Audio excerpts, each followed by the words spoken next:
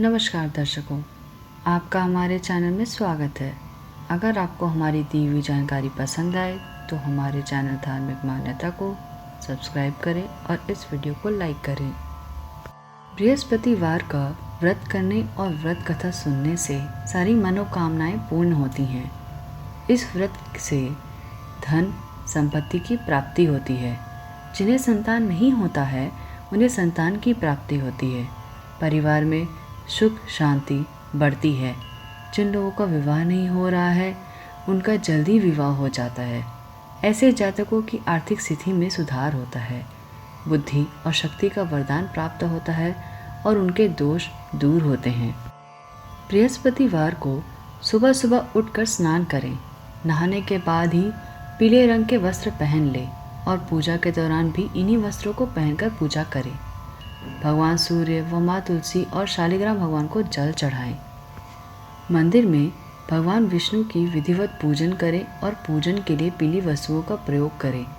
पीले फूल, चने की दाल, पीली मिठाई, पीले चावल और हल्दी का प्रयोग करें।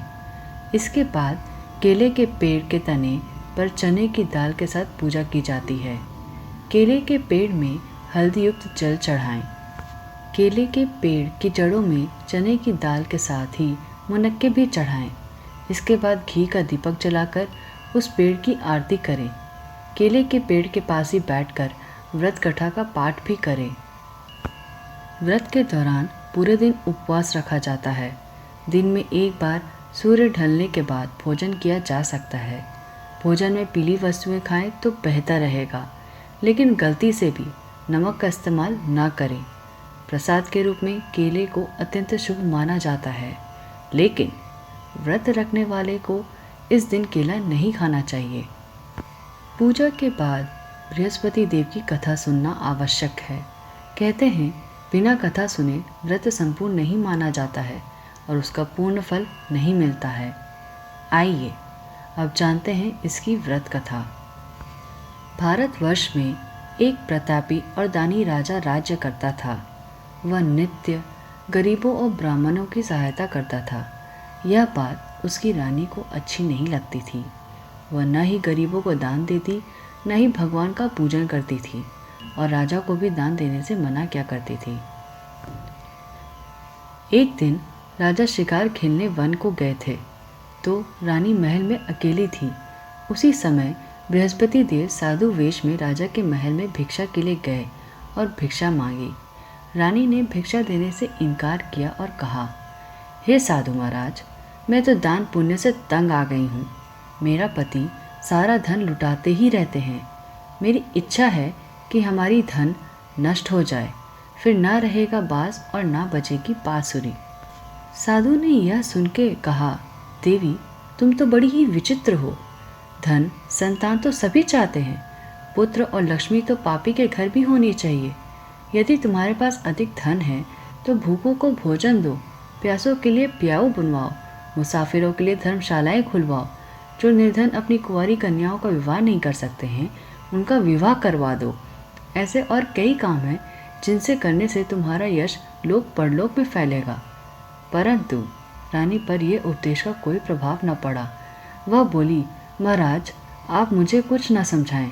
मैं ऐसे धन को चाहती ही नहीं हूँ जिसमें बांटती फिरूं। साधु ने उत्तर दिया, यदि तुम्हारी ऐसी इच्छा है तो तथास्तु।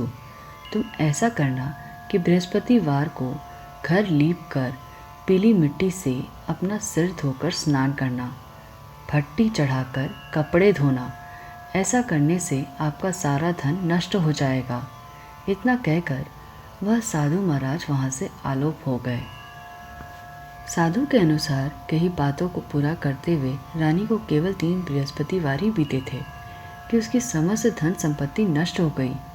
भोजन के लिए राजा का परिवार तरसने लगा।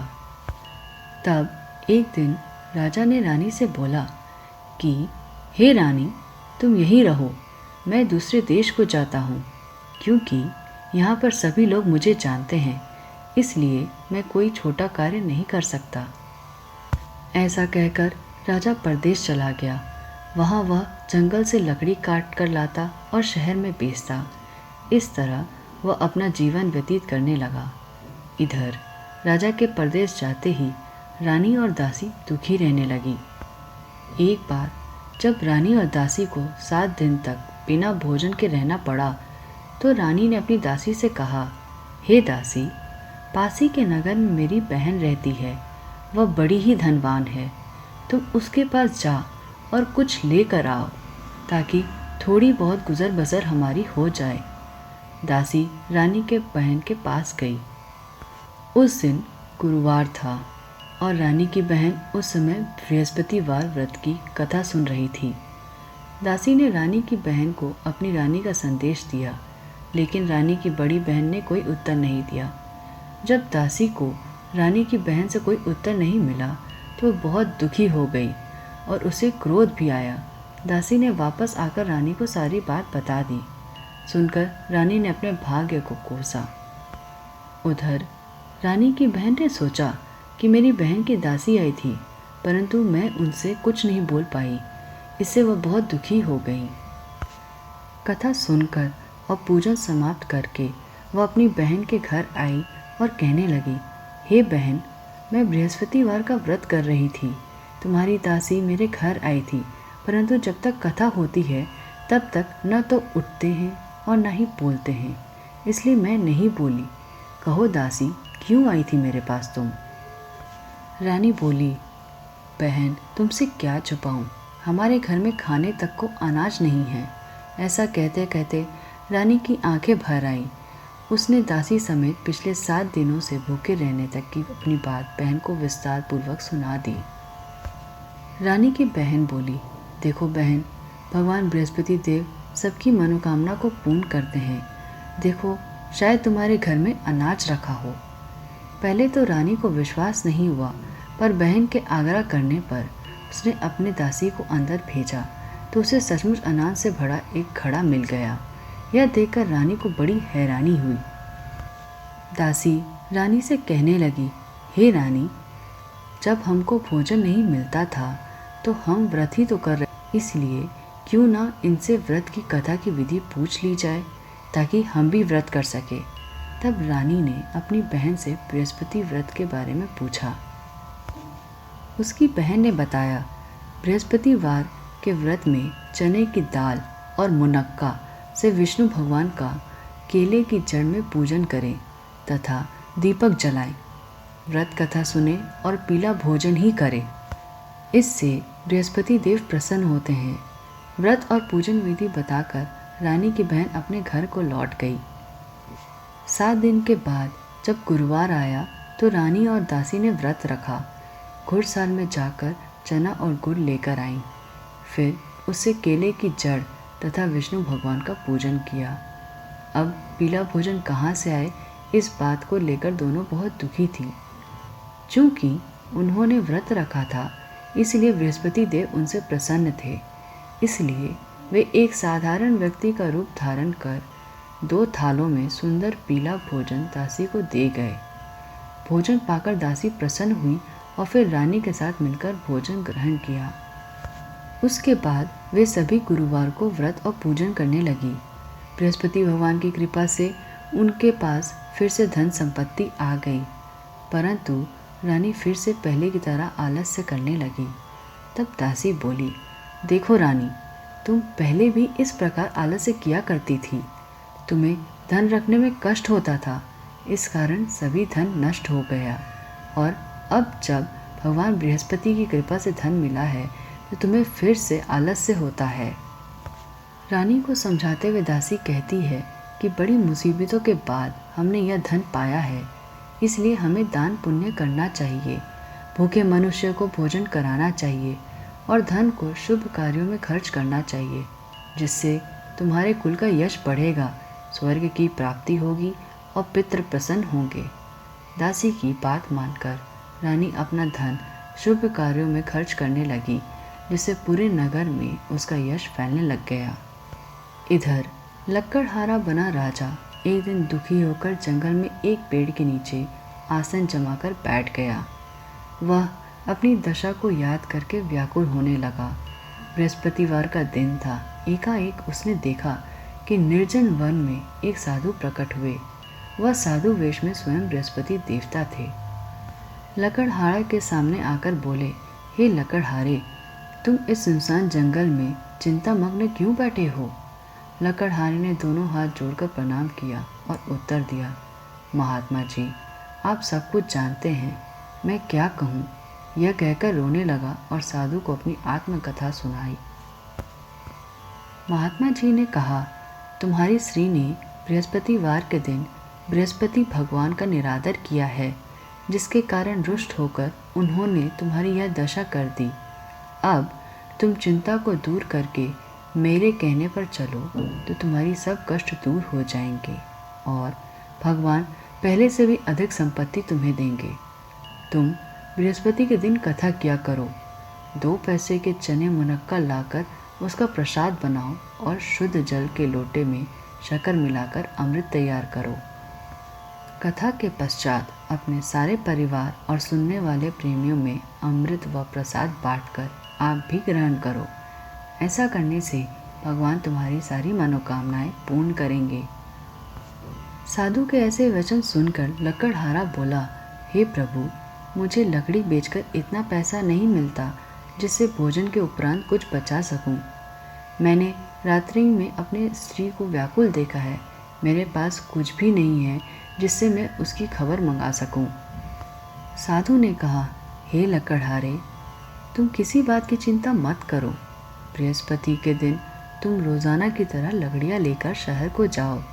तुमको रोज से दुगना धन प्राप्त होगा, जिससे तुम भली भांति भोजन कर लोगे तथा बृहस्पति देव की पूजा का सामान भी ला पाओगे। इतना कहकर साधु अंतर्ध्यान हो गए। धीरे धीरे समय व्यतीत होने पर फिर वही बृहस्पतिवार का दिन आया। लकड़हारा जंगल से लकड़ी काटकर किसी शहर में बेचने गया। उसे उस दिन और दिन से अधिक पैसा मिला। राजा ने चना गुड़ लाकर गुरुवार का व्रत किया। उस दिन से उसके सभी क्लेश दूर हो गए। परंतु जब दोबारा गुरुवार का दिन आया तो बृहस्पतिवार का व्रत करना भूल गया। इस कारण बृहस्पति भगवान नाराज हो गए। उस दिन उस नगर के राजा ने विशाल यज्ञ का आयोजन किया था तथा शहर में यह घोषणा करा दी थी कि कोई भी मनुष्य अपने घर में भोजन ना बनावे, ना आग जलावे। समस्त जनता मेरे यहाँ भोजन करने आवे। इस आज्ञा को जो ना मानेगा उसे फांसी की सज़ा दी जाएगी। इस तरह की घोषणा संपूर्ण नगर में करवा दी गई। राजा की आज्ञा अनुसार शहर के सभी लोग भोजन करने गए, लेकिन लकड़हारा कुछ देर से पहुंचा, इसलिए राजा उसको अपने साथ से ले जाकर भोजन कराया। तभी रानी की दृष्टि उस खूंटी पर पड़ी जिस पर उसका हार लटका हुआ था। वह वहाँ पर दिखाई नहीं दिया। रानी ने निश्चय किया कि मेरा हार इस मनुष्य ने चुरा लिया है। उसी समय सिपाहियों को बुलाकर उसे कारागार में डलवा दिया गया। जब लकड़हारा कारागार में पड़ गया तो वह दुखी होकर विचार करने लगा कि ना जाने कौन से पूर्व जन्म के कर्म से मुझे यह दुख प्राप्त हुआ है, और उसी साधु को याद करने लगा जो उसे जंगल में मिला था। उसी समय तत्काल बृहस्पति देव साधु के रूप में प्रकट हुए और उसकी दशा को देखकर कहने लगे, अरे मूर्ख, तूने बृहस्पति देव की कथा नहीं करी, इस कारण तुझे दुख प्राप्त हुआ है। अब चिंता मत कर। बृहस्पतिवार के दिन कारागार के दरवाजे पर 4 पैसे पड़े मिलेंगे। उनसे तू बृहस्पति देव की पूजा करना, तेरे सभी कष्ट दूर हो जाएंगे। बृहस्पति के दिन उसे 4 पैसे पड़े मिले। लकड़हारे ने कथा कही। उसी रात्रि को बृहस्पति देव ने उस नगर के राजा को स्वप्न में कहा, हे राजा, तुमने जिस आदमी को कारागार में बंद किया है वह निर्दोष है। वह राजा है, उसे छोड़ देना चाहिए। रानी का हार उसी खूंटी पर लटका है। अगर तूने ऐसा नहीं किया तो मैं तेरे राज्य को नष्ट कर दूंगा। इस तरह रात्रि के स्वप्न को देखकर राजा प्रातःकाल उठा और खूंटी पर हार देखकर लकड़हारा को बुलाकर क्षमा मांगी तथा लकड़हारे को योग्य सुंदर वस्त्र आभूषण देकर विदा कर दिया। बृहस्पति देव की आज्ञानुसार लकड़हारा अपने नगर को चल दिया। जब राजा अपने नगर के निकट पहुंचा तो उसे बड़ा आश्चर्य हुआ। नगर में पहले से अधिक बाग, तालाब, कुएं तथा बहुत सारी धर्मशाला, मंदिर बन गई थीं। राजा ने पूछा, यह किसका बाग और धर्मशाला है? तब नगर के सब लोग कहने लगे कि यह सब रानी और बांदी के हैं। तो राजा को आश्चर्य हुआ और गुस्सा भी आया। जब रानी ने यह खबर सुनी कि राजा आ रहे हैं तो उन्होंने दासी से कहा, हे दासी, देख, राजा हमको कितनी बुरी हालत में छोड़ गए थे। हमारी ऐसी हालत देखकर वह लौट ना जाए, इसलिए तू दरवाजे पर खड़ी हो जा। आज्ञा अनुसार दासी दरवाजे पर खड़ी हो गई। राजा जब आए तो दासी ने उन्हें अपने साथ महल के अंदर लेके गई। तब राजा ने क्रोध करके अपनी रानी से पूछा कि यह धन तुम्हें कैसे प्राप्त हुआ है। तब उन्होंने कहा, हमें यह सब धन बृहस्पति देव के इस व्रत के प्रभाव से प्राप्त हुआ है। राजा ने निश्चित किया कि 7 रोज बाद तो सभी बृहस्पति देव का पूजन करते हैं, परंतु मैं प्रतिदिन दिन में 3 बार कथा, कहानी तथा रोज व्रत किया करूँगा। अब हर समय राजा के दुपट्टे में चने की दाल बंधी रहती थी तथा दिन में 3 बार कहानी कहता था।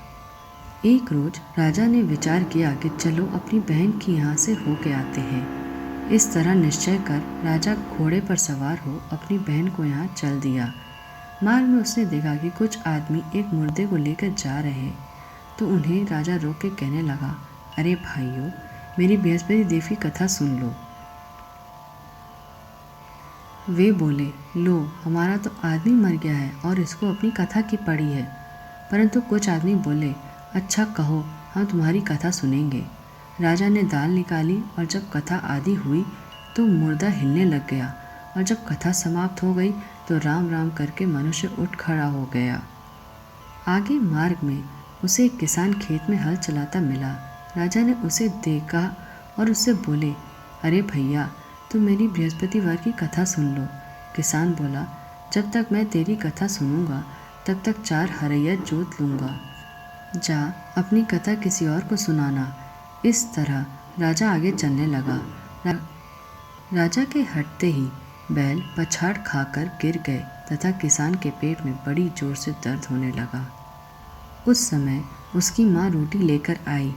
उसने जब यह देखा तो अपने पुत्र से सब हाल पूछा और बेटे ने भी सभी हाल माँ को बता दिया। तो बुढ़िया दौड़ती दौड़ती उस घुड़सवार के पास गई और उससे बोली कि मैं तेरी कथा सुनूंगी, तू अपनी कथा मेरी खेत पर चलकर कहना। राजा ने बुढ़िया की खेत पर जाकर कथा कही, जिसके सुनते ही वह बैल उठ खड़ा हुआ तथा किसान के पेट का दर्द भी बंद हो गया। राजा अपनी बहन के घर पहुंचा। बहन ने भाई की खूब मेहमानी की। दूसरे रोज प्रातःकाल राजा जगा तो वह देखने लगा कि सब लोग भोजन कर रहे हैं। राजा ने अपनी बहन से कहा, ऐसा कोई मनुष्य है जिसने भोजन नहीं किया हो, मेरी बृहस्पतिवार की कथा सुन ले। बहन बोली, हे भैया, यह देश ऐसा ही है। यहाँ के लोग पहले ही उठते के साथ भोजन कर लेते हैं, बाद में अन्य काम करते हैं। अगर कोई पड़ोस में हो तो देख आओ। वह ऐसा कहकर उस ढूंढने चली गई, परंतु उसे कोई ऐसा व्यक्ति नहीं मिला जिसने भोजन न किया हो। अतः वह एक कुमार के घर गई जिसका लड़का बीमार था। उसे मालूम हुआ कि उनके घर 3 रोज से किसी ने भोजन नहीं किया है। रानी ने अपने भाई की कथा सुनने के लिए कुम्हार से कहा तो वह तैयार हो गया।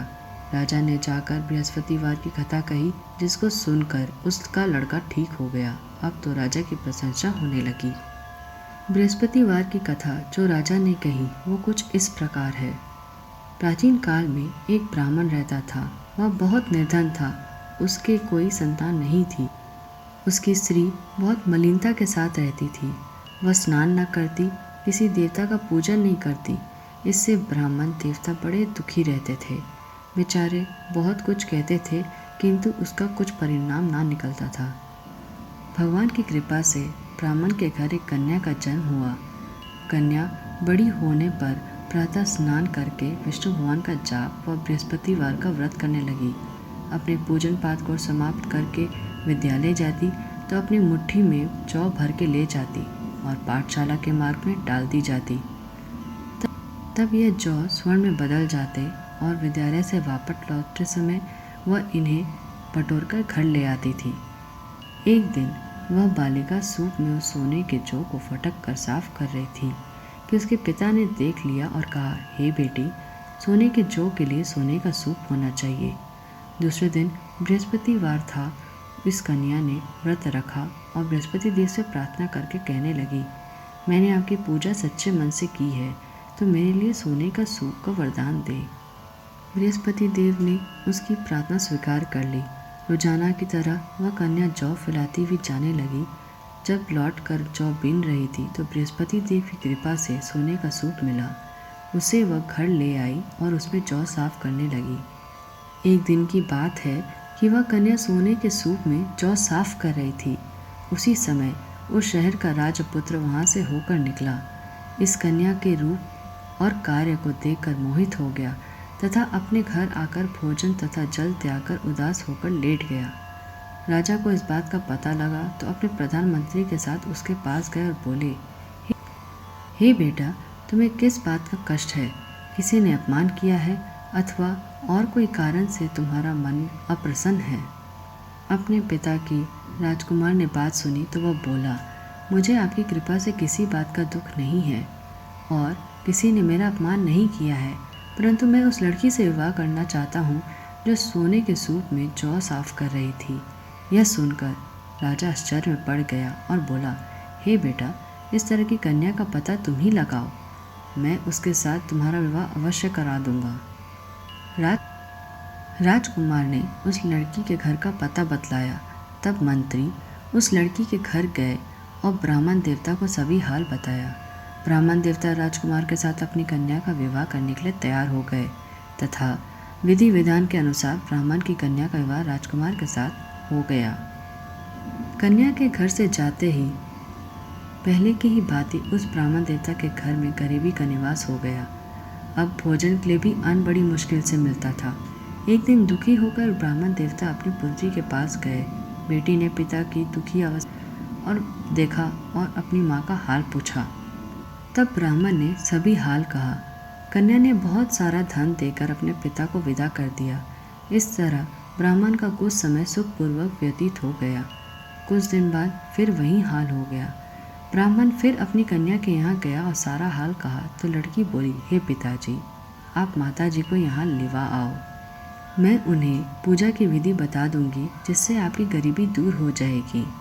वह ब्राह्मण देवता अपनी स्त्री को साथ लेकर पहुँचे तो अपनी माँ को समझाने लगी, हे माँ, तुम प्रातःकाल प्रथम स्नान आदि करके विष्णु भगवान का पूजा किया करो तो सब दरिद्रता दूर हो जाएगी। परंतु उसकी माँ ने एक भी बात नहीं मानी और प्रातः उठकर अपनी पुत्री के बच्चों का जूठन को खा लिया।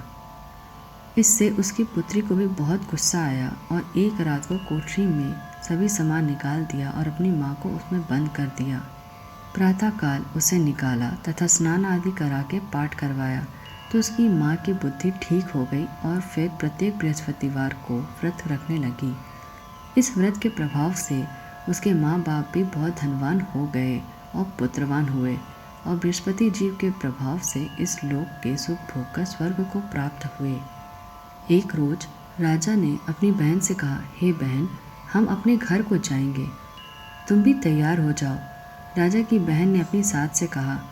सास ने कहा, हाँ चली जा, परंतु अपने लड़कों को मत ले जाना क्योंकि तेरे भाई की कोई औलाद नहीं है। बहन ने अपने भैया से कहा, हे भैया, मैं तो चलूँगी पर कोई बालक नहीं जाएगा। राजा बोला, जब कोई बालक नहीं जाएगा तो तुम भी क्या जाके करोगी। बड़े दुखी मन से राजा अपने नगर को लौट आया। राजा ने रानी से कहा, हम निर्वंशी है इसलिए हमारे घर कोई आना नहीं चाहता। रानी बोली, हे प्रभु, बृहस्पति देव ने हमें सब कुछ दिया है, वह हमें औलाद भी अवश्य देंगे। उसी रात को बृहस्पति देव ने राजा के स्वप्न में आके कहा, हे राजा, उठ, सभी सोच त्याग दे, तेरी रानी गर्भ से है। राजा को यह बात जानकर बड़ी खुशी हुई। 9वें महीने में रानी के गर्भ से एक सुंदर पुत्र पैदा हुआ। तब राजा बोला, हे रानी, स्त्री बिना भोजन के रह सकती है पर बिना कहे नहीं रह सकती। जब मेरी बहन आए तो तुम मुझसे कुछ मत कहना। रानी ने सुनकर हाँ कर दिया। जब राजा की बहन ने यह शुभ समाचार सुना तो वह बहुत खुश हुई तथा बधाई देने के लिए अपने भाई के घर आई। तभी रानी ने कहा, घोड़ा चढ़कर तो नहीं आई, गधा चढ़ी आई है। राजा की बहन बोली, भाभी, मैं इस प्रकार नहीं कहती तो तुम्हें औलाद कैसे मिलती। बृहस्पति देव ऐसे ही हैं, जिसके मन में कामनाएं हैं सभी को पूर्ण कर देते हैं। जो श्रद्धा भाव से बृहस्पतिवार का व्रत करता है एवं कथा पढ़ता है अथवा सुनता है, दूसरों को सुनाता है, बृहस्पति देव उसकी सभी मनोकामना पूर्ण करते हैं। भगवान बृहस्पति देव उसकी सदैव रक्षा करते हैं। संसार में जो मनुष्य सद्भावना से भगवान जी का पूजन सच्चे हृदय से करते हैं तो उनकी सभी मनोकामनाएं पूर्ण होती हैं। जैसी सच्ची भावना से राजा और रानी ने उनकी कथा का गुणगान किया तो उनकी सभी इच्छाएं बृहस्पति जी ने पूर्ण की थी। इसलिए पूर्ण कथा सुनने के बाद प्रसाद लेकर जाना चाहिए। हृदय से जय जयकार बोलना चाहिए। बोलो बृहस्पति देव की जय, भगवान विष्णु की जय। अगर आपको हमारी यह वीडियो की जानकारी अच्छी लगे तो इसे लाइक करें, अपने मित्रजनों के साथ शेयर करें और हमारे चैनल को सब्सक्राइब करें। धन्यवाद।